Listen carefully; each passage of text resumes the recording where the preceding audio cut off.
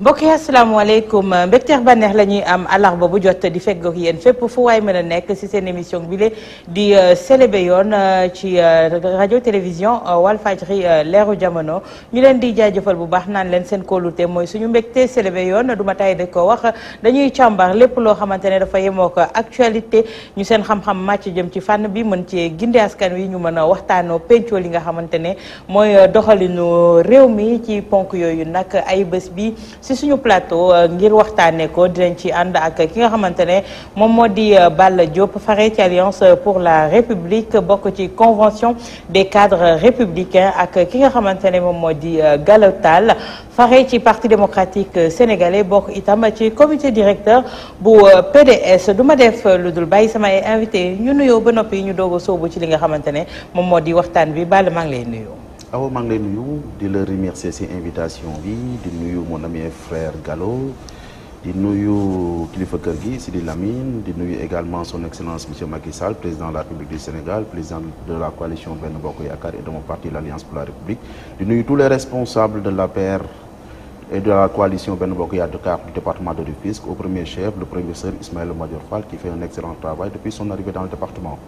jërëjëf Gallo Tall itam ñu ngi lay nuyu. maa ngi lay fay Awa di fay sama naataango Balla di nuyu waa parti démocratique sénégalais bi nga xam ne fa laa jógee commencé ci bopp bi le secrétaire général Abdoulaye Wade ak le candidat Karim Meïssa Wade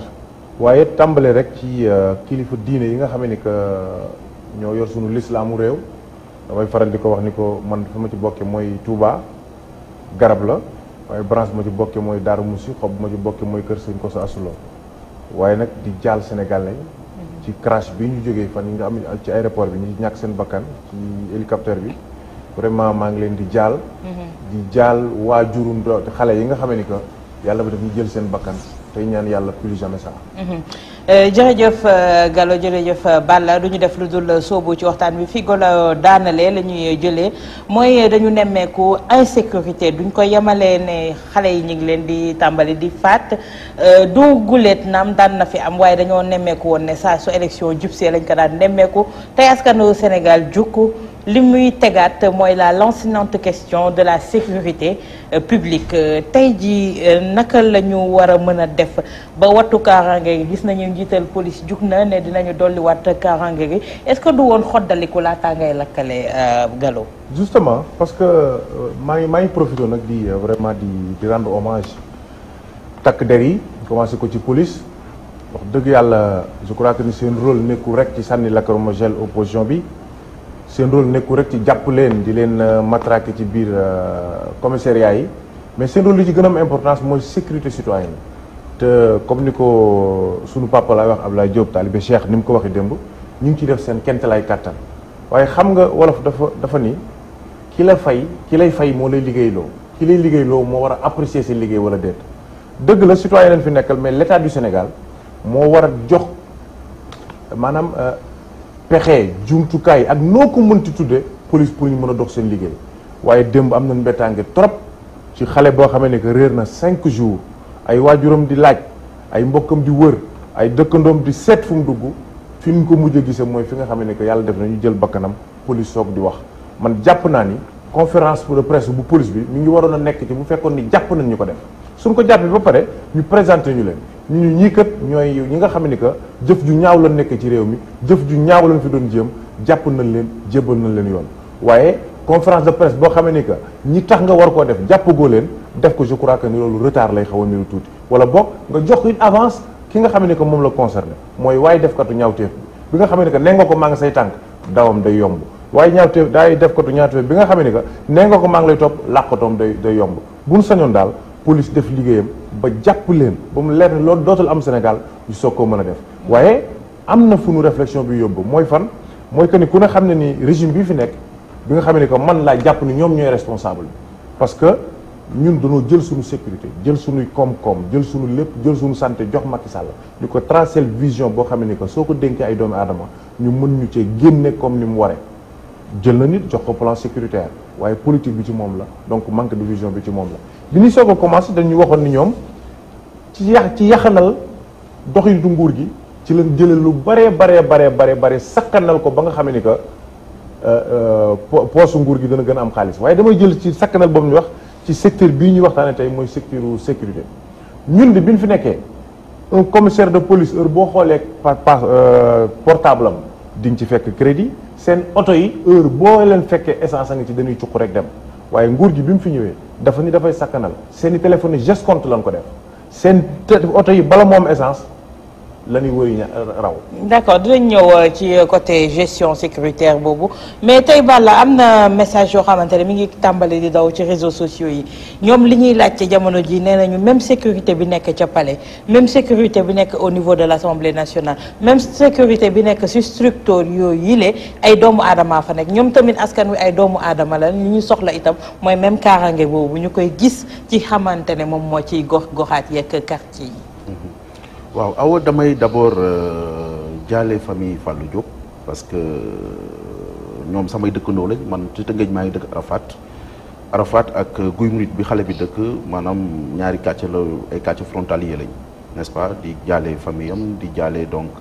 entourage bi yëpp di naxarlu également li am keroog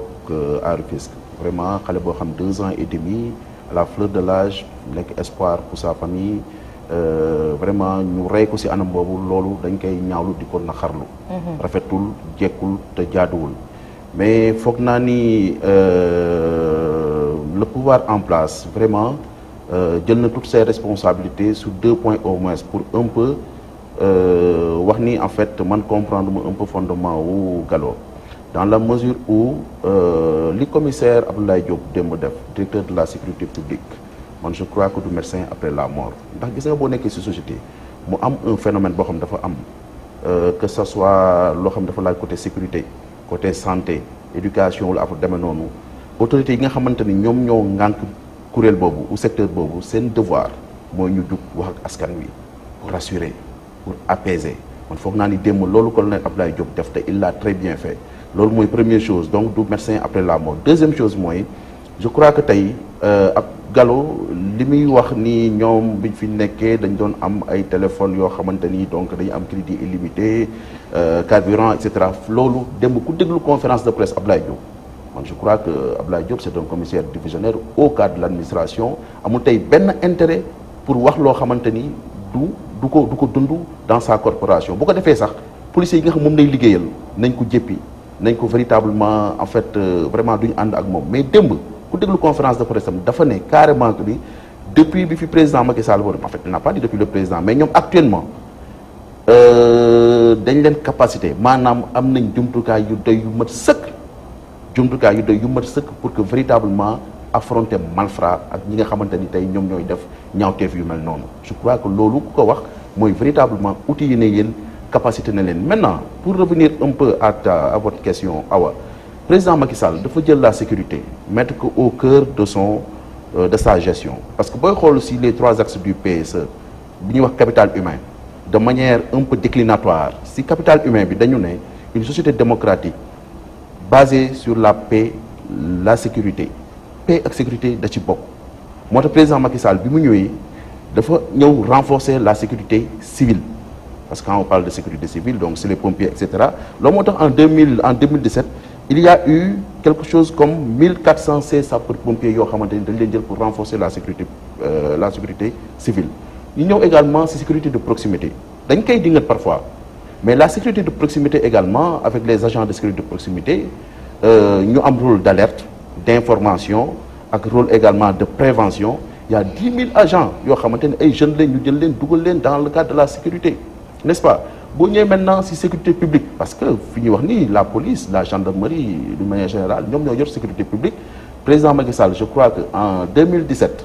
lors de son message en tout cas à la nation à la fin de l'année 2016 début 2017 annoncé na fi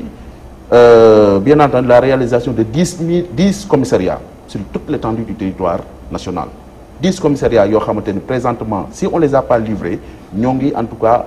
en bonne route pour être livrés. Si kaw loolu également mu am un recrutement au niveau de la police de 1769 agents yoo xamante ni jël nañ leen pour recruter leen maintenant Awa gis nga sécurité ou bien insécurité zéro délinquance zéro amul ci benn réew dans le monde même boo demee aux États-Unis bi nga xamante ni c'est le pays le plus développé au monde bu nga xamante ni da ngay gis policier à chaque coin de rue day am ay problèmes parfois yoo xamante ñoo mel nii jamono moo mel noonu mais je crois que le régime en place mu jël toutes ses responsabilités je crois que démb commissaire Daouda Abdoulaye Diop wax na ko nee na ñi nga xamante ni ñoom ñoo def crime bi ils seront traqués arrêtés poursuivis arrêtés et véritablement sanctionnés conformément aux lois et règlements yi nga xamante ni moom lañ teg en place. d'accord voilà. Mais Gallo Balla dafa wax benn point moom moo di ne niñ ko waxee jël nañu matuwaay yi nga xamante ne mais tey jii bu fàllu bi moom moo mujj mun nañoo wax ne tàmbale woon na ci diwaanub Touba ak yi ni mel ñu dégg xale yi nga xamante ne faat nañ ko leen ñii ñi ngi leen doon jéem a jàpp mu mooy ak yi ni mel est-ce que ci boobu waruñu woon tàmbali di communiquer jël matuwaay yi nga xamante ne moom moo ci war pour alerter également mi ngi wax itam wàllu ASP yaakaar naa ne ASP seen taxawaay si niñ ko doon xaaree ci niñ ko tegee woon ne loolu lañ doon xaar ci ñoom yaakaar naa ne suñu matale woon loolu tey jii mbirum problème d'insécurité kenn dootu ko jooy ci dëkk bi mais dafa mel ni dañu teggi li nga xamante ne lañ doon xaar ci ñoom. Absolument mais je vais même plus loin parce que yaa ngi def léegi allusion à li xewoon Touba Serigne Fallou boobu may ko profité di jàllee ay mbokkam mais awa nguur gi bi muy soog a toog 9 dof lañ rey Tamba 9 fous à Tambacounda le ministre de l'Intérieur est parti jusqu'à Tambacounda ba léegi nii personne ne peut me parler d'une enquête bu ñu diligentée ba lii moo ci jur donc kon mbiru xale yi je crois que lu yees la mais am na lu ko jiitu woon loo xam ne bu fekkoon ni disposition yi ñu ci war a jël parce que aussi police Abdoulaye Diop quelle que soit sa loyauté lu mu mën a détermination bu mu mënti am mais attention ay ordre lay jot enquête bu mu yëkkati woon sax mu war a baax bu ñu ko ne tegal day teg donc dafa toll foo xam ne si que ñoom seen liggéey bu ñu koy defee dafa am ñu leen koy defloo et je crois que ni celui qui est habilité à vraiment décliner la politique de la nation mooy le président de la République ak ñi mu àndal donc ñooñu ñoo war a sur le plan sécuritaire duñu yem ci joxe jumtukaay yi ñu war a def mais dafa jox ci diligenté bu ñuy def benn mbir ñu topp ci ak ñi ñu ci war a toppee pour résultat mën a am parce que bu fekkee ni rey na 9 dof à Tamba boobu ba léegi benn résultat amu ci ñu toogaat léegi ñu rey benn xale à Touba boobu ba léegi avant ñu naan enquête ak nangam ñu reyaat koo xam ne si avant ñu koy rey alerté nañ ni sàcc nañ ko 5 jours avant donc bu loolu amee nga gën di def conférence de presse ñaawluwuma le travail de la police parce que xam naa ne le policier yooyu leen fi nekkal suba ñun leen fi nekkal donc ñoom ils sont là pour ñi fi nekk ils sont là pour le gouvernement loolu mooy dëgg parce que ñoom ñoo leen jox ay ordre ñuy def ëllëg si biir bu ñëwee ci ñun la ñuy wéy di xool li def xëy na ñoo leen di gën vision ba dinañ leen wan exactement fi war a teg seen tànk contrairement ak yéen wax nga ma léegi waxi ASP yi mais ASP yi dafa bëri ay brebis galeuses awoon ci ASP yi nga dégg ñu jàpp nañ ci diw da doon jaay cinébar mais ASP yi nga dégg ñu sant ñu jiiñ leen bokk yeneen yoo xam ne si vraiment jéggi na day bi te rafetul corporation bi li ma ci gën a ñaaw mooy que ni li état bi daj ci ASP yi bu fekkoon daf ko daj ci la police duñ am problème bu may parler des commissariats de police yi nga xam ne que Macky Sall def na ko à travers le pays mais yaa ni ma Rufisque nga dëkk Guy Murid fi ñu rey xale bi seen doléance première lan la commissariat vous voyez donc yaa dafa am ay paradoxe yoo xam ne si day am ci yoo xam ci li ngeen di def yéen déjà fa nga dëkk amul commissariat ba lu ñaaw lii am fa donc soo ma naan Macky Sall mi ngi def ay commissariat loo xam ne si que ni politique bi mu la fekkoon dëgg la l'état est une est-ce que du mal répartition rek moo am mais li ñu war a def am vision politique bi ci tabax commissariat yooyu mi ngi fi. mais je suis d'accord mais xam nga bu fekkee da nga am vision politique tabax commissariat mais état lu muy jëriñ lu dul déceler les priorités dafa am des priorités et des surpriorités am na li nga xam ne que da nga naan de war naa ko mën a def Rufisque xëy na insécurité bi fële la ëppee mais nan ma defal cartographie commissariat yi fi ñu ko defee ASP yi ma doon wax léegi nii ASP yi dama ne lim ci daj su fekkoon ni daj nañ ko ci police sur le plan pécuniaire bu fekkoon ni daj nañ ko sur le plan logistique et je crois que ni parce que nous avons la meilleure police en Afrique si bu fekkee suñu police bokkul ci meilleure yi ci ñi gën a xarañ ci la bokk la preuve j'ai entendu pour eux dire que ni Nations Unies sawarul ci yóbbu fenn mission te police sénégalaise bokku ci donc sawarul fi yóbbu fenn mission te la gendarmerie sénégalaise bokku ci donc soo amee ay nit ñu mel noonu am capacité bi am détermination bi et je crois que ni kii teg seen politique en place kooku rek moo mën a nekk at seen problème kooku rek moo mën a nekk loo xam ne si mën na leen a comment dirais-je galgal ci loo xam ne seen liggéey fa lay jëm. day ñuy jël benn question boo xam te ne dañ leen koy partagé laata ñuy ñëw ci yeneen point yi moo di ne tey jii dañu nemmeeku ne insécurité bi ñuy faat ay bakken bi paa ñu jël tout tànk yi bu njëkk ba ñi amee feebaru xel la woon wala ñi nga xamante ne ñoom ñoo di puune yi tey ñu ne ay xale lañ te à l'approche d'élection te ñi ñu ngàll tuuma bi moo di ne les politiciens. waaw loolu moom laa d'accordul parce que xam nga dafa société en réalité na am jamono bi muy toll yoo xamante ni day am ay phénomènes yoo xamante ni véritablement day am et que warul am rek automatiquement ñu koy jiñ politiciens yi parce que fan yee passé gis ngeen fii par exemple mu amoon série wu ay nit ñoo xamante ni dañ doon exhumer ay corps lii nga jékki-jékki nga gis de manière naturelle mu am invasion acridienne et cetera c'est-à-dire loolu ak société ñoo ànd awa mais rôle pouvoir public rôle puissance publique moom mooy quelle que soit situation bi nga am mu naturel moo xamante loo xamante dafa jógee ci environnement bi dafa jógee ci nit ñi et cetera mooy mu taxaw pour que mu mën a protéger n'est-ce pas les populations et je crois que loolu na police taxawaay boobu tey na police am si phénomène yi nga xamante day am parce que Gallo mooy waxtu récemment 9 dof yoo xamante ni rey nañ leen Tambacounda ba léegi amul suivi ou bien en tout cas jàpp ñu ñi nga xam ñoo def loolu mais tout récemment à Thiès am na si benn jeune fille boo xamante ni dañ ko rey violé que c'était Al Amin la xawma en tout cas xaritu papu xale bi moo def loolu mais le gars a été poursuivi traqué arrêté donc ñu dañ am police boo xam ne c'est une police compétente gis nga dëkk bi fii awa képp koo xamante ni def nga ñaawteef mooy démb li commissaire Abdoulaye Diop wax képp koo xam ne def na ñaawteef quelle que soit l'infraction moo xam contravention le délit la ou bien crime la foo mën a nekk ci territoire national. police mais est-ce que waruñu am ay matuwaay yoo xamante ne des mesures dissuasives yoo xamante ne laataa mbir di am loo xamante ne ça va dissuader ces délinquants là ñuy def li ni mel dissuasion boobu bokk na ci ñu am des postes de police wala des brigades de gendarmerie dans ces localités là ñu disposé wu loolu mooy des mesures mais duñu toog ba pare jaana romb nga doog a topp ci watit ba wala drame am ñu doog a jóg. waaw mais xam nga awa j'ai l'habitude de dire que régime yi nga xamante ni ñoo jiitu régime Macky Sall bu fekkoon la ñu waroon def nañ ko en termes de commissariat de police de compagnie de gendarmerie en termes de poste de santé d'école d'université tey gap bi ñu nekk en tout cas gap bi ñu nekk di ko résorber du ci sonnee noonu parce que tout à l'heure ñu ngi wax ni ay Guy Mouride où j'habite pratiquement de manière légitime parce que 37 000 habitants ñoo yeewu foofu ñu ngi laaj commissariat de police Kër Massar actuellement également ils en font la même demande c'est que président de la République comme ni ko waxee si bien vous avez si bien résumé ça tout à l'heure président de la République dafa gëm Macky Sall dafa gëm équité territoriale c'est-à-dire tey gis na ni quel que soit le degré d'insécurité bi am dans la région de Dakar da ngay dem par exemple à Marsassoum à Bambey Bamba Garage doo fa gis aucun commissariat de police c'est la raison pour laquelle bi mu jëlee décision ne dafay def fukk commissariat de police si budget li mu am si gafagam dafa ne commissariat de police dama ko yóbbu si dëkk yi nga xamante ni duñu xëy sax gis policier maanaam foofu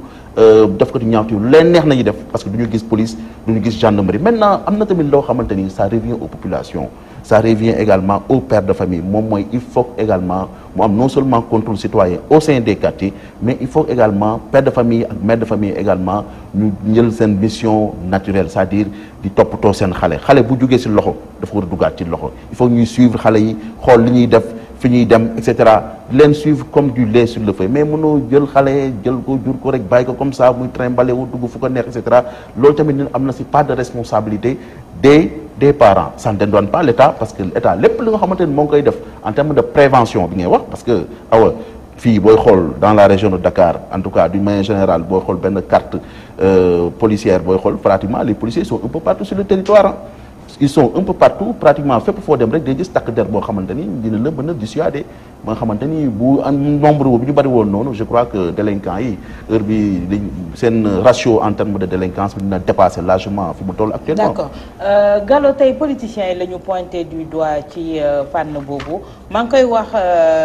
Balla léegi mesure dissuasive yi nga xamante ne waroon nañ ko xaar moo gën drame bi am ñuy doog a jug di wax naan ñu ngi topp dinañ def enquête bi c'est bien beau ñu interpeller ñooñu mais itam dissuader ces gens là ba nga xamante ne bépp ñaawteef bu nekkoon seen xel duñ fa àgg mais dañ seetlu ne à l'approche de chaque élection également nii lay demee sacrifice day bëri. waaw mais xam nga bala ma ñëw foofu sa awa dama kontaan léegi ci interpellation Balla parce que dafa index régime yi fi jàll ne bu ñu defoon ni ñu war a def may fàtte ni Balla police ñu ñoo ko réhabilité Abdou Diouf bi nga xam ne que mooy seen premier allié actuellement gutu gu ngeen dugg moo ci dugal le président Macky Sall mais moo leen dàqoon loolu sa xalaat rek la moo fi tas ay njaboot moo fi tas ñoo xam ne si que ñun ñoo màggandoo seen i papa ay policier leen Abdou Diouf moo leen dàq ñu ñàkk seen liggéey Abdoulaye Wade moo leen réhabilité moo joxaat police gëddaam Abdoulaye Wade moo joxaat police maanaam marque de fabricant bi. mais li nga xam ne que Gala wax ma nan na leen réhabilité parce que loolu du propos Cheikhna Keita bi nga xamante ne mooy président association nationale des policiers à la retraite bi nga xamante ni chaque fois le président Macky Sall nay wax ni moo leen réhabilité réhabilitation bi nga wax mosul wax Abdoulaye Wade Macky Sall nay wax. xam nga le commissaire dama bëgg xam lan moo tax justement simple non yow dafa neex débat parce que boo xamul da ngay laaj il faut ngay laaj ñu lay wax information yi tu as parfaitement raison comme Cheikhna Keita boobu bi ñu leen di réhabilité boobu retraite la nekk moom on est d'accord. Donc moom réhabilitation bi muy wax mooy que ni ñu bokkaloon bi ñu demee ba nga xam dem nañ retraite naka la ñuy def ak ñoom mais ñi nga xam ne que ce sont des policiers en fonction Abdou Diouf dàq leen demuñu retraite Abdoulaye Wade moo indiwaat police avec tout le logistique ici jox leen lépp li mu leen war a jox yokkal leen seen salaire defar seen i tenue yokk loolal lépp lu baax ci police Abdoulaye Wade la ginnaaw ba leen Abdou Diouf dàqee bi Macky Sall ñëwee aussi bon je crois que ni bu fekkoon dafa topp ci tànk Abdou Diouf et je contre ma ASP yi parce que lu bon am na lu ci lu jàpp pour liggéey mais dama ni su fekkoon dafa bëgg continuité bu positive dina fexe li Abdoulaye Wade mottaliwul ci police mu mottali ko ba ci nga xamee ne que li question bi aboo wax léegi ci lay jógee mooy ay mesures dissuasives yoo xam ne ci lay jaare ba ñaaw téef balaa am ñu xam ne kat police nii la taxawee ci lan logistiquement parlant police ay otom dafa war a mat mais ci wàllu communication alkaati bala nga wax ak moom ki nga xam ne que même bu fekkee ni RG bi lay liggéeyal wala ku mu mënti liggéeyal pour mu jot commissaire bi da koy woo téléphone mais commissaire bi aussi war na yor téléphone boo xam ne si crédit mënu ci manqué commissaire duñ ma bàyyi ma fen bi ngeen ñëwee ba léegi seen i portable geste compte ci nekk am na fu crédit bi yem téléphone bi day jeex waaw mais ñaaw téef kañ lay am est-ce que du am moment bi nga xam ne que commissaire bi amul crédit attention autoroute à péage waaw mais imaginez un commissaire de Rebeuss wala un commissaire des HLM di topp un malfrat topp ko ba ci autoroute à péage bi waa ji yor kartam ñëw baar bi jóg mu dem mais auto police bi dafay taxaw fay loolu mooy defar police est-ce que yéen loolu ngeen jàpp ni moom mooy ay mesures dissuasives est-ce que yéen du ngeen fexee le policier en fonction buy topp kenn bu ñëw ba ci autoroute bi dina am possibilité du fay baar bi dana jóg mu def li muy def un vendeur de drogue bu jaar ci autoroute à péage bi rawee police 100 mètres bu ko njëkkee romb autoroute à péage mooy ñàkk nañ ko donc ça veut dire que le gouvernement manque de vision en matière de sécurité moo tax ma xam pourquoi le G5 le pays la Mauritanie mooy empêcher le Sénégal pour mu bokk ci ça c'est la sécurité continentale Sénégal mënutu cee feeñ ak ñun jàmbaar yi ñu amoon ak ñi nga xam ne que boo leen di rendre hommage à l'occurrence le colonel ou l'adjudant Mbaye Diagne bi sauvé utu yi mu leer nga ni Sénégal yàgg nañu def njàmbaar ci bépp fànn suñu demee ba suñu réew mënatu leen a jox gëdd boobu suñu demee ba suñu réew le président de la République mënatu la jox les hommes en tenue boobu sécurité ci seen wàllu bopp je crois que ni ci yi rek la ñuy am mooy que ni drame bi am ba pare ñu soog a jóg et c'est vraiment déplorable. Mais maintenant les politiciens qui sont indexés par rapport à ça. waaw mais loolu nag dama bëgg Sénégal yi nag ñu ànd ak tuuti dal tuuti parce que maam Balla politicien la man politicien la mais boo gisee nag ñuy joxuñ politiciens yi mais dafa am politiciens yi nekk ci nguur gi ak yi ci nekkut et je crois que le politicien qui est au pouvoir a les mesures am na élément de discernement élément d'enquête yi nga xam ne que bu ñaawteef amee suñ ci toogee 24 heures feeñul rek je crois que fautam la mais awa fàttali na fi léegi loo xam ne fàtte woon naa ko mooy cimetière yi ñi daan suli néew yi mais jàpp na leen yóbbu na leen police wax nan bàyyi na leen mais attends lay xeeñ ci enquête ba politiciens yi ne ci pouvoir ñoo la koy gën a xam pourquoi topp ñu enquête bi boobu nga ci dégg ay mbir boobu nga ci gëj a dégg ay affaire donc li xew léegi nekk na loo xam ne je crois que ni bu ci état bi defoon ful la def ci jom très sincèrement bon enquête nag enquête la quand même parce que mën ngay jàpp les tenants et les aboutissants ñun mënuñu ko justement duñ ko mën a xam mais au moins que le citoyen sente que ni def nañ effort pour jéem leen a jàpp sote nga ma léegi dof yi ñu rey Tamba 4 ans après tu me parles d'un meurtrier trouvé à Thiès un meurtre quoi.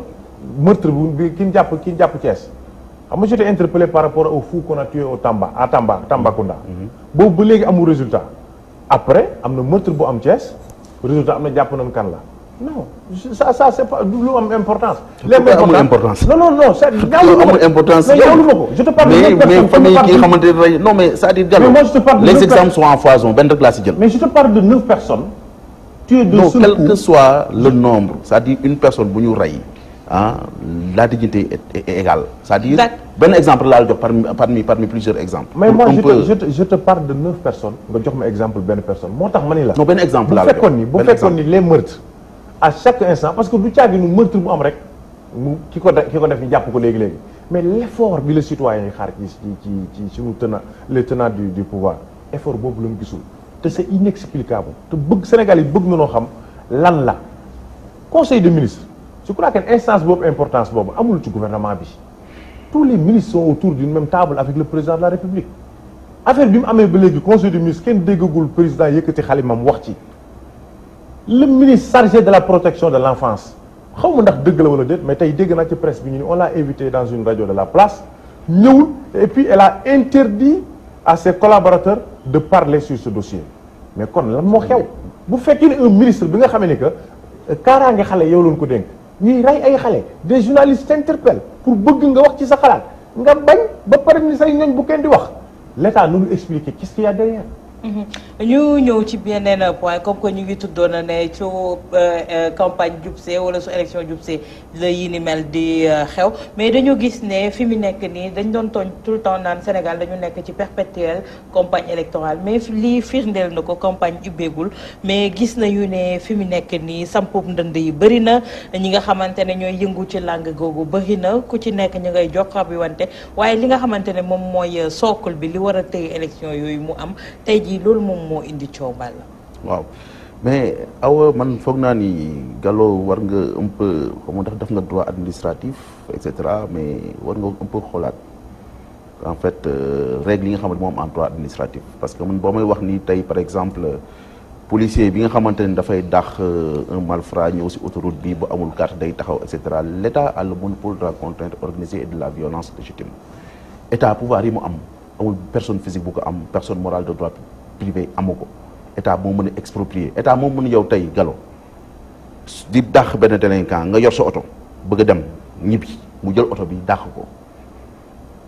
xam nga dàq ko dem def li muy def ñëw indi cas soit da ngay tardé ou et cetera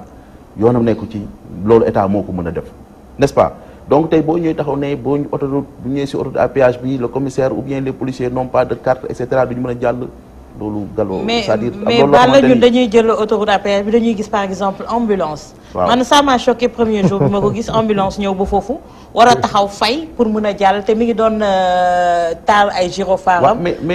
di cligner di dem waaw ambulance vitesse xam nga ambulance auto police gendarmerie itam dañuy daje ñoom ci péage yi dañuy taxaw fay waaw justement donc yooyu benn parenthèse rek mais qu'on avance un peu ci benn question parce que heure itam daf ñuy xoj waaw xam nga ambulance mën na nekk clinique privée et cetera mais dama ko bëggoon wax dëgg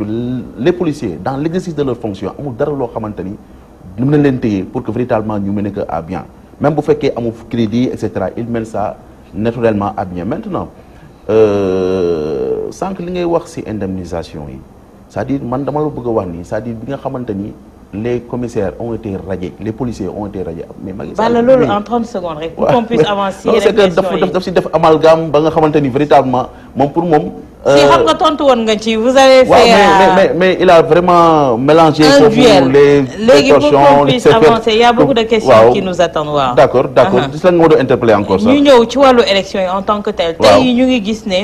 ñu bëri ñu ngi samp seen ay ndënd coow li jib na ci wàllu processus électoral bi ak anam gi nga xamante ne noonu la tëddee ñu bëri décrier ni nga xamante ne moom la demee bi ci mujj mooy wàllu système de parrainage bi itam ñi ñu ngi koy décrier ñu jàpp ne c'est juste benn manière boo xamante ne une manière détournée vraiment de limiter ses adversaires politiques là waaw en fait waroon nga ma bàyyi rek ma leeral sa waaye si affaire bale mais comme que yow sama jigéen nga mënu boo ma ñaanee dama lay may waaw beaucoup de points sur lesquels on doit débattre il y a aucun problème alors système de parrainage bi awa moi je crois que lundi passé notre président là en fait le gouvernement adopté en conseil des ministres mu doon système boo xamante ni en fait dafay renforcer la démocratie parce que dafay indi encore une fois équité dans les partis politiques parce que parrainage daf fi yàgg am dafa yàgg am au niveau des élections locales et au niveau des élections législatives maintenant nouveauté bi fii moom mooy au niveau de l'élection présidentielle parce que li nga xamante ni moom mooy am mooy bu njëkk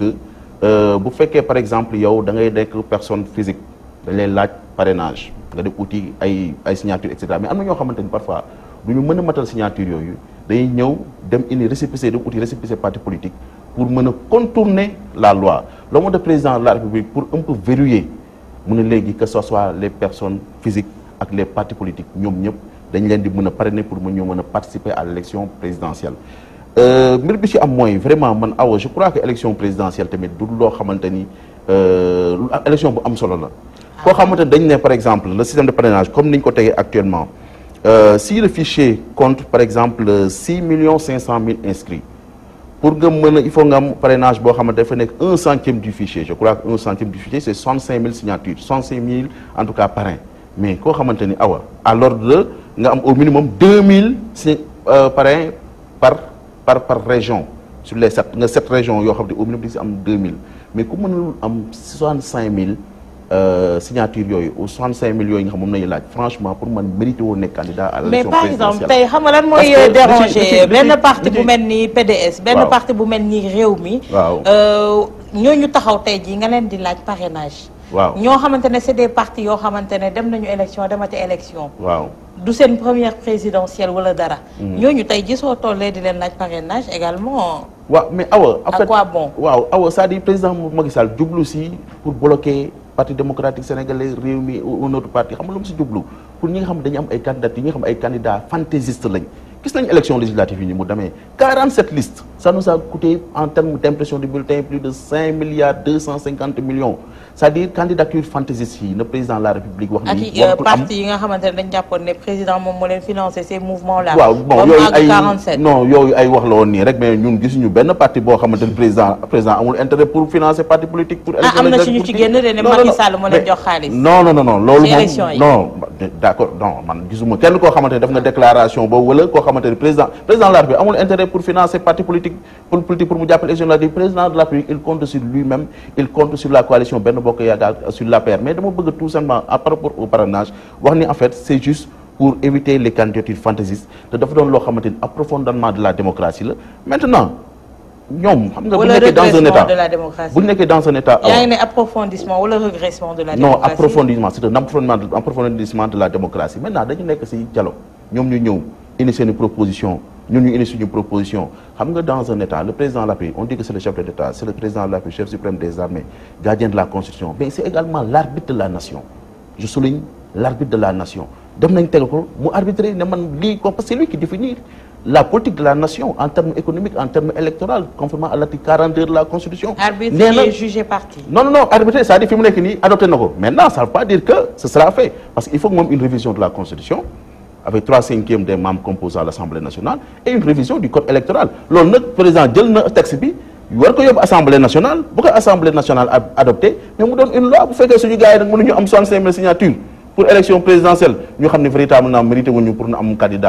candidater pour l'élection présidentielle. D'accord Gallo par rapport à cette question là jëm ci wàllu parrainage bi tam mais jëm ci wàllu fichier électoral bi audit beeg yi ni mel yooyu yëpp gis nañu itam waa parti démocratique sénégalais benn position bu tranché lañ ci am gis nañu seen secrétaire général national génn na sax décrier li ni mel ngeen récuser li nga xamante ne moom moo di fiabilité boobu tey système parrainage bi tegu ci kaw ñi nga xamante ne ñoo di way politique yi mu mel ni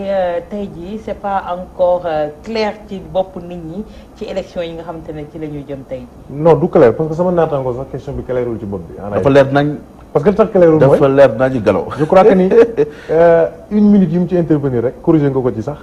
si naka. ci liste yi nga xam ne que président moo ko parrainé ba ku mel ni. non non Ndiaye génn na say. non loolu ça n'a rien à voir avec d'accord laisse-moi continuer. non loolu ça n'a rien à voir avec parrainage loolu élection législative la. je suis d'accord. quand même tout à l'heure bu ma parler de sama ñàkk maîtrise droit administratif man xam nga li ma doon wax mooy. Gallo rapidement non je suis d'accord man dama doon wax. 30 secondes. waxu efficacité. quand je te parle d'une voiture de la police bu nga xam ne bu ñëwee autoroute péage war a fay ça c'est l'efficacité mais gis nga le citoyen futé en droit mooy un citoyen bu xam son devoir et son droit et j'en fais partie. mën naa ci bañ a bokk en tout cas notre président deful droit administratif ingénieur la. bon vous me parlez tout à l'heure des parrainages xam nga tontu nga ko lu wér parrainage bi dafa bokk ci maanaam système bi nga xam ne que loolu la Macky Sall lu jublu dafa bokk ci li mu waxoon Kaffrine xaw ma kaw la réduire l'opposition à sa plus simple expression mais parrainage déjà dafa existe ba pare sax ñoom ñu xam ko bañ ko reconnaître mooy lan mais élection présidentielle gisu leen fi un candidat bu dem te laaj na ko un nombre déterminé de signatures am na ba pare ça existe dans la constitution lu ñu ci jublu loolu li ñu ci jublu mooy lan. non candidature indépendante yi nañ doon laaj loolu. ma ñëw rek xam nga parrainage. candidature indépendante yi soo koy def doo xeem ci wax doo signé yam ci mais dafa am sésame boo yor mooy carte nationale d'identité biométrique un pouvoir bu soxla parrainage par rapport au parti politique te ñi war a parrainer parti politique bi jotuñu seen carte d'identité tricherie mënta weesu loolu. un pouvoir bu laaj nit ñi pour ñu parrainer leen te ñi nga xam ne que ñoom ñoo war a jàppale pour parce que région boo 7 régions minimum boo fa demee pour am fa 2000 mais 2000 yooyu duñ génne seen làmmiñ ni di wax dañ lay jox seen carte d'identité nga jël seen filiation mais suñ ko amul fan lañ jëm ba léegi mu ngi téye carte d'identité yi loolu moo waral ñu réfugié système bi beneen affaire bi gën a am solo car liste yu bari yi président di bañ waaw bu fekkee ni président mooy créer sa propre opposition foo jaar liste yi bari weddi na ko léegi waaye ñun kii ko wax moo amoon liste moom moo ni Macky Sall moo ko financé exemple boobu muy Serigne Mbacké Ndiaye mais plus grave ñi nga xam ne que ñoom la woowoon ci dialogue bi ñi ci dem assemblée nationale ñi woon ci dialogue bi xam nga yenn saa yi nit malheur dal ko ñu ni bon il s'est trouvé au mauvais moment mais nag yenn saa yi nit bonheur dal ko ñu ni bon il s'est trouvé au bon moment moo dal Ousmane Faye bu wattu Sénégal li tax mu ñemee toog ci benn kuréel bu ñuy toog di waxtaane dialogue c'est parce que dafa tudd wattu Sénégal ñu tudd wattu Sénégal suñuy couleur xaw a niroo lam amakus ci ay néew yu ko sànnil carte jaawale carte am ak bu Abdoulaye Wade léegi su kooku ak quel que soit loolu lu mu mënti amit taxul mu dem assemblée nationale nga jël yeneen parti yu ko seq benn député la am donc li nga leen di woo ci parrainage sax ñoom amuñu nombre de voix yooyu. waaw mais kon suñu génnee ñooñu suñu génnee ni d'accord nañ ci système boobu ça veut dire que ni ñooñu de facto du nekk candidat. bien sûr loolu bu ma koy wax je m'adresse pas au pouvoir je m'adresse aux populations pour ñu xam ni ñi toogoon nag Macky Sall ak média kii am di waxi dialogue ñoom ñëpp ay complices la ñoom ñëpp ils sont complices avec le pouvoir parce que ña fa toogoon d'accord ci parrainage bi yëpp kenn amu ci sos loo xam ne si may na la nga dem assemblée nationale am fa 2 députés wala 3 kenn ku ci nekk plus fort reste nga jàll donc là aussi c'est vraiment déplorable Macky Sall bu fekkoon ni le président Abdoulaye Wade dafa jël constitution bi di ko changer boo xam ne si dafay gaañ parti politique yi wala di ko changer yoo xam ne parti politique benn du mën a yegg élection kon Macky Sall du nekk président mais nag je comprends parce que exemple bi may joxe football quelle que soit la force du ballon su ko attaquant bi jógee mbëkk ko boppam du metti mais attaquant bi bu toogee ba bal bi dalal ko boppam bopp bi day metti Macky nguur gi moo ñëw dal ci boppam moo tax il faut que mu am pilotage à vue moo tax il faut mu am tâtonnement Abdoulaye Wade avait une force à l'opposition bi mu nekk au pouvoir incarné wu ko Abdou Diouf xaw ma ndax amoon na force am mais ku ne xamoon na collaboration ak Senghor am na sax ñu njortoon ni xëy na mooy remplacer Senghor mais bi mu toogee xëy na sax wane na ko parce que Abdou Diouf ak Macky Sall kiif mais Macky Sall n'avait pas de force en réalité mi ngi am force bi mu nekkee au pouvoir bëgg jël force boobu dóor ko ci kaw Sénégalais mais il perd son temps parce que lépp lu mu nar lépp lu mu bëgg a def les gens xam nañ lan la ci visé xam nañ lan la ci nar na gëm yàlla moo ko joxoon pouvoir bi su ko yàlla di nangu mënu ci dara quel que soit mécanisme yu muy changé. mais Gallo ci nii ci ay manifestations ak yi ni mel est-ce que vous pensez que loolu moom moo nar a régler ci seen problème ci wàllu processus électoral bi nga xamante ne yéen a ngi koy décrier nee nañ dinañ ko yóbbu assemblée nationale xam nañu assemblée nationale la majorité appartient au chef de l'État également kon ça va passer comme lettre à la poste maintenant quelle stratégie vous allez mettre en œuvre tey jii pour contrecarrer ça. mais justement xam nga stratégie politique da ngay am sa choix hein. c'est-à-dire mën nga ni damay taal réew mi loolu muy dëgg mën nga taxaw ni man damay taal réew mi pour ñu dégg ma mais PDS bu taalee réew mi moo ciy perte benn c'est l'opposition principale mais li gën a neex mooy que ni PDS moo defar Sénégal donc bu ko bëggee taal dafay paradoxe dafay mel ni da nga defaroon di yàq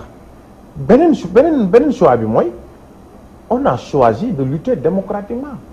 malgré ki nga xam ni que moo yor càq bi moo nekk ci pouvoir bi lépp lu mu def ci wàllu dictature la ko teg day forcer les gens se sont enfermés avec lui wax ci waxi député de la diaspora trouver un accord sur 10 mu génn def ko 15 donc Macky boo gisee opposition ni du wax ak moom parce que wóoluñ ko parce que kàddoom la dul sàmm loolu moo garaaw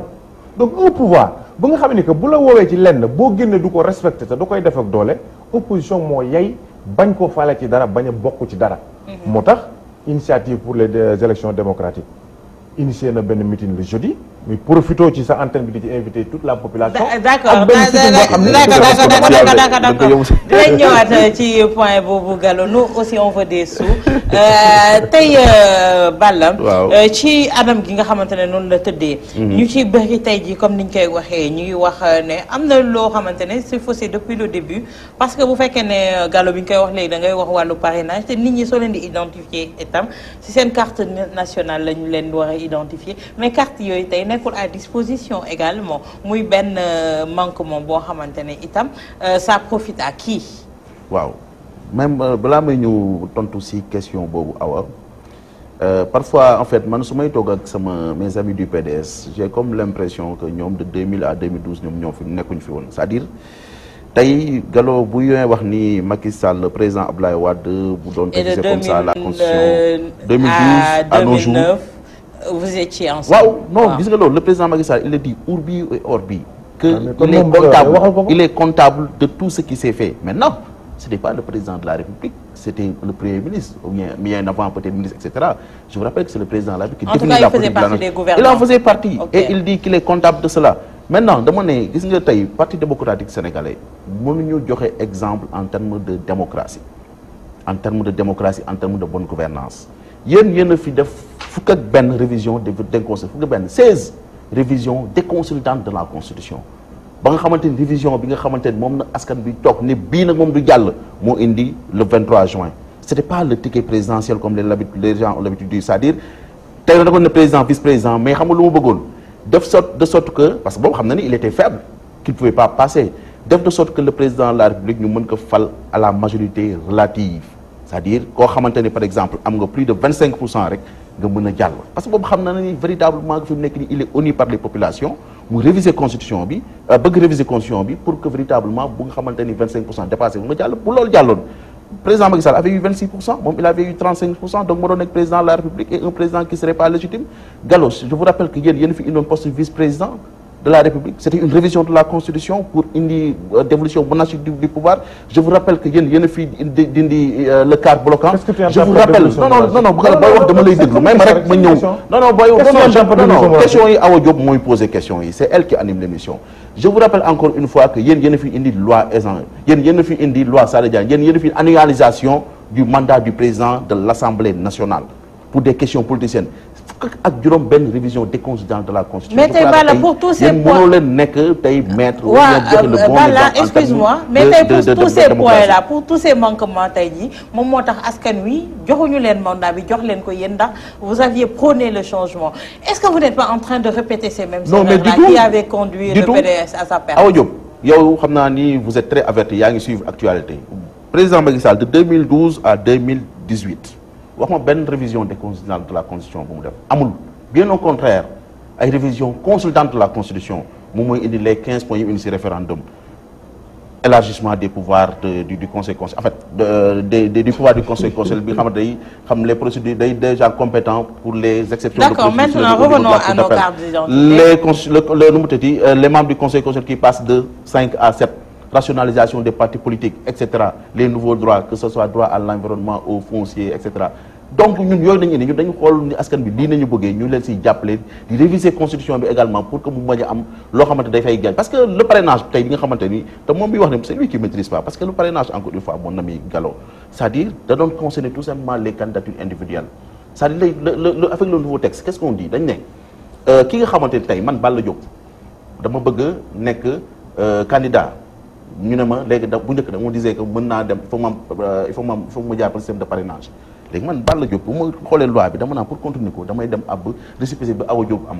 jël parti politique ñoo léegi waar j'ai son parti politique maintenant je suis candidat doon jàll loolu nañu léegi maintenant que ce soit les candidatures individuelles pour la présidentielle les partis politiques coalition de partis ñoom ñëpp il faut que ñu am parrainage bu fekkee par exemple seen parrainage boobu respecté wuñu texte yi loi bi rek maanaam 1/100 du fichier mais duñu mën a nekk candidat d'accord Balla léegi 65 000 vraiment voix 65 000 léegi maintenant waaw par rapport aux cartes revenons à nos cartes waaw parce que cartes yi moom gis naa ne waaw cartes yi les cartes yi awa li ma ci wax mooy mais ñun on est logé à la même enseigne yéen vous croyez que c'est nous de l'APR qui avons nos cartes les PDS ou bien autre parti n'ont pas le carte mais non mais gis nga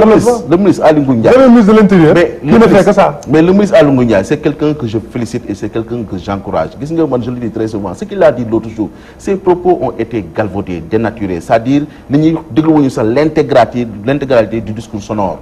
mais il a dit que je déclare sur l'honneur que dinaa def de sorte que élection yi transparente claire maintenant politique la moom c'est un politique comme man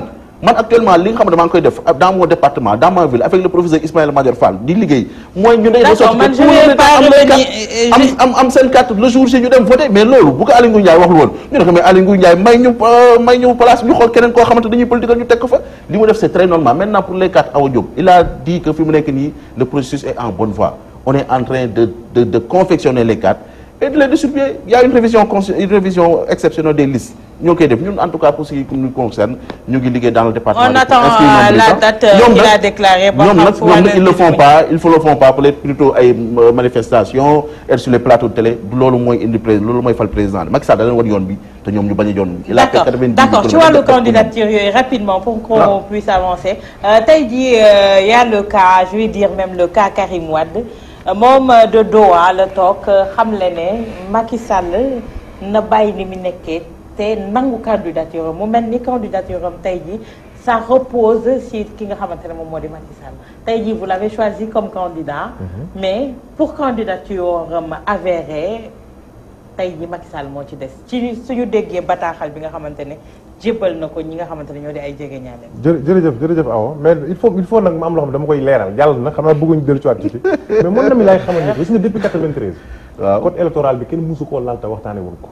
Abdou Diouf li muy bon daan na ci waxtaan. waaw Abdoulaye Wade la même chose. yéen kese yéenay def force. mais parce que da ngeen bañ waxtaan bi Gallo. dañ leen woon yaa ko déglu la da nga may déglu. mais yaa ko wax léegi dañ leen woon ñoom waxtaan ngeen bañ. vous avez boycotté. non mais mën nañu waxtaan ak ko. dañ leen temps bi xam nga moom la ñëw tuuti et puis damay bëgg gis nga les Sénégalais.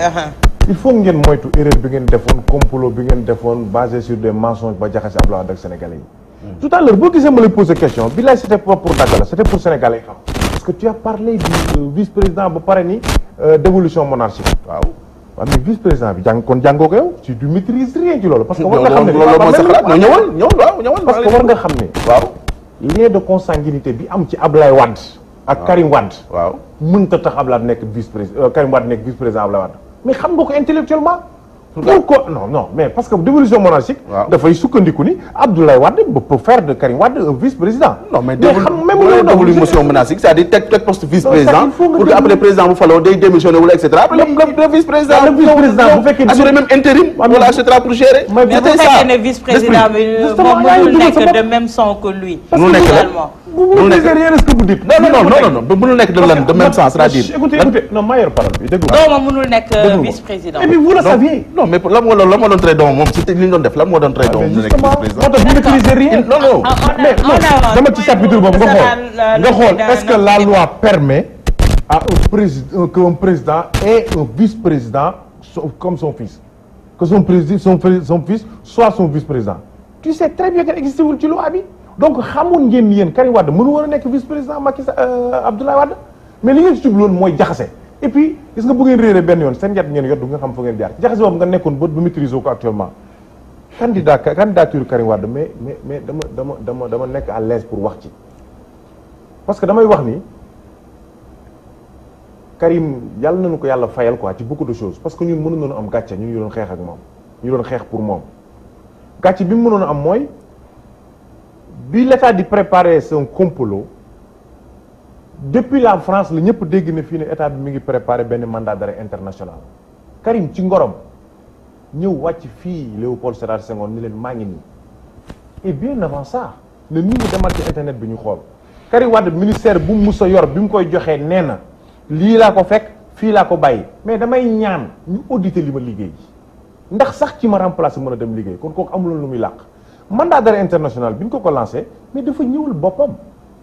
parce que mbër mooy dëkk mu tàllal la tànkam kooku ñeme na li muy bëre ñëw ni leen maa ngi nii bi ñu xamee ni ñëw na ba pare mënuluñ ko dala amuñu dara luñ ko mën a épingler ci gestion ci ministère yi mën a nekk ak ANOCI yi ñu déterré CREI bi pour lan jàpp doomu jàmbur tëj ko par force yamuñu ci ñu koy bunnu xatal lépp mu toog ñetti at di ko muñ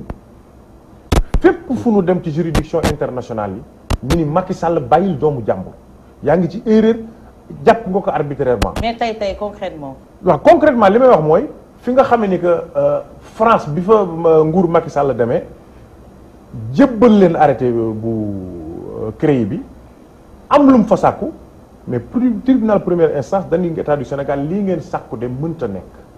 mais Macky Sall dafa dëgër bopp parce que xam nga daanu loo gën a kawee mu gën a baax mu yokk étage gën a yéegaat dem ba cour d'appel lu mu fa wuti woon rof fa appel ni d'accordul ci àtte première instance bi mais àtte ban àtte woon première instance bi boobu lañ ko dëngalaat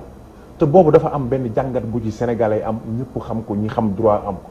mooy que ni dafa leer ni à partir de ça que ni candidature Karim Meïssa Wade dara mënu ko empêcher xanaa lenn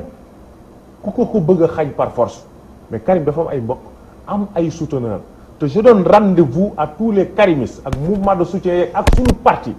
que ni Karim dina ñëw on travaille là-dessus stratégiquement su ñëwee dinañ jëli suñu candidat. mais tey li muy wax ci lettre bi muy yónnee li muy wax soo ko comprendre moo di ne ñëwam fi mu nekk nii ça dépend ci Macky Sall. waaw parce que jàpp bi ça dépend ci Macky Sall. ok d'accord est-ce que tey partagé nga avis boobu ne tey première instance joxoon na leen décision deuxième tey cour d'appel jox leen décision mu doon ultime recours bi tey ji Karim dollil leen ci ne leen fi mu nekk nii nag yéen lay xaar ngeen wax Macky Sall bu mu ragal dëkk ma. waaw xam nga gis nga awa gars yi boo leen di wax laaj parfois ñu war répondre sur la candidature de Karim Wade ou bien Karim Wade en personne. mais yow tamit tontu ma ci sama question. waaw dinaa ñëw question bi ak moi amul solo sax dinaa si ba léegi sama question dañ koy détourné c'est-à-dire ñoom actuellement mënuñu la wax dara lu leer ci Karim Wade Babacar Gueye ñaata yoon dafi annoncé ni Karim Wade day ñëw France ndaari xëdem kenn gisu ko moom fi mu nekk nii mënu la wax Karim Wade fu mu nekk sa la mu nekk en fait je présume que Doha mais en tout cas par Twitter WhatsApp et cetera dañuy déggante ak moom mënu la wax dara lu leer ci candidature Karim Wade mënu la wax dara lu leer également si ñëwu Karim Wade. mais puis ça a été clair c'est lui qui a envoyé respectons-nous on est dans un débat policier ay ñeme yàlla ak yooyu jarul man non xam nga tamit gars yi parfois parfois da ngeen wane seen irascibilité parce que non mais dama la déglu may ma également non mais waaw tey jii du question ñoom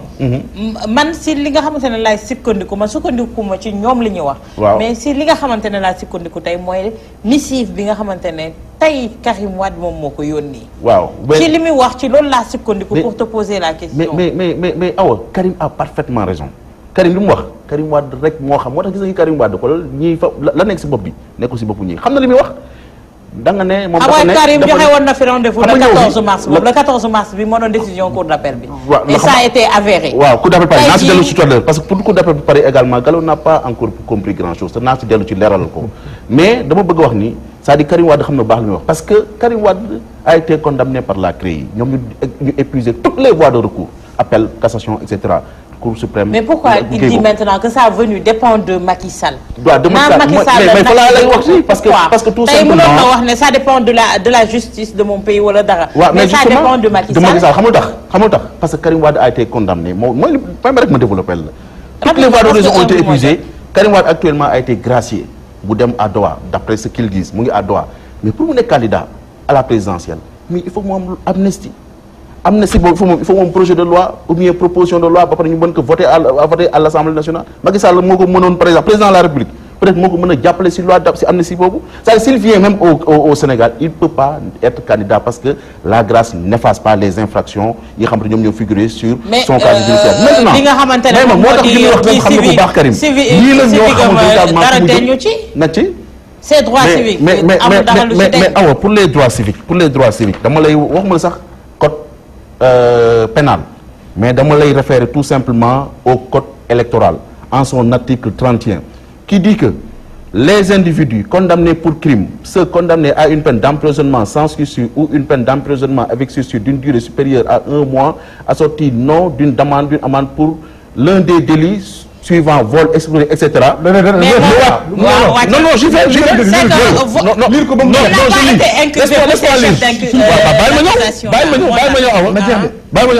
Vol, escroquerie, abus de confiance, trafic de stupéfiants, détournement et soustraction commis par les agents publics, corruption et trafic d'influence, contrefaçon et en général pour l'un des délits, je souligne bien, l'un des délits passibles d'une peine supérieure à 5 ans de prison. D'emprisonnement. Mënul nekk sur une liste électorale, donc mënul nekk candidat. Je crois que démb Iba Barry Camara bi nga xamante ni moom tamit il était neutre da ko wax carrément ni Karim Wade ne peut pas être candidat. Maintenant permettez-moi tout simplement awa ma ñëw si cour d'appel, mais cour d'appel Gallo de Paris, mais la cour d'appel est très cohérente de Paris. Elle est cohérente parce que Karim Wade a été condamné par la CREI, la Cour de répression de l'enrichissement illicite. Sénégal dafa nekk signataire de la Convention des Nations Unies, n'est-ce pas? France également nekk signataire de la Convention des Nations Unies. La Cour d'appel de Paris nous dit li mu ñuy wax dafa ne Sénégal que ce soit en première instance comme en deuxième li ngeen xamante moom ngeen demandé du ma ko mën a accepter xam nga du ma accepter parce que dans mon ordonnancement juridique interne man xaw ma CREI man rek aw ma luy CREI aw ma CREI, n'est-ce pas? C'est-à-dire ñun ñoo am CREI mais ñoom amuñu CREI, donc ñoom mënuñu ñun am une décision fii parce que en droit privé international il y a ce qu'on appelle l'exéquatur mooy am benn décision boo xamante dafay am fii au Sénégal ñu demander à ce que ñu yóbbu ko en France appliqué ko mais loolu par exemple je donne un exemple rek pour leeral gars yi awa tey bu ñu rey aux États-Unis même rek ma daal awa c'est important tey un Sénégalais bu rey un Américain aux États-Unis daw ñëw Sénégal ñu condamné ko pour peine de mort foofu ñu war ko rey États-Unis bëgg a demander à ce qu'il y ait exéquatur mais bu ñëwee fii Sénégal da ko naan man xaw ma peine de mort mënu ma ko rey non seulement mais bu ma ko parce que loolu amul sama ordonnancement judiciaire c'est la raison pour laquelle que la Cour d'appel de Paris est cohérente. Autre chose mooy l'État da nga war a protéger son citoyen français. Karim Wade est français mais État français da koy protéger. Merci da koy protéger c'est normal et c'est logique. Si la Cour xam nga yéen vraiment vous êtes très paradoxal li jégal ma ci wax xam nga lu tax la Cour d'appel de Paris est cohérente interjeté appel lu muy jëriñ. D'accord,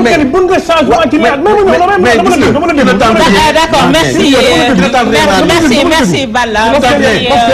Intercept appel. Pourquoi l'État du Sénégal a choisi un énième revers par rapport à cet appel? Comme la Cour est cohérente, d'accord leen ci appel bi mu leer leen même appel bi la jëlaat pourquoi ngeen dem parce que da ngeen yaakaar dina am changement. mais c'est ça seen xel yi ngeen di foowee ngeen war a bàyyi. merci beaucoup Balla Diop fare ci APR ak ki nga xamante ne moom moo di Gallo Tall fare ci Parti démocratique sénégalais may jaajëfal bu baax Oustaz Assane Diouf mi fare woon ci wàllu coordination bi du côté de la régie et de la réalisation technique Charles René Fall Cheikh Tidiane Diop ak Issakha Diagne ma leen di jaajëfal di leen jaajëfal yéen ñi safoo leeru jamono Walfadjri di leen jox dégg daje àllarba bi di ñëw bu soobee suñu borom di leen ñaanal fanaanu jàmm ak salaam te di ko sàkku ci yéen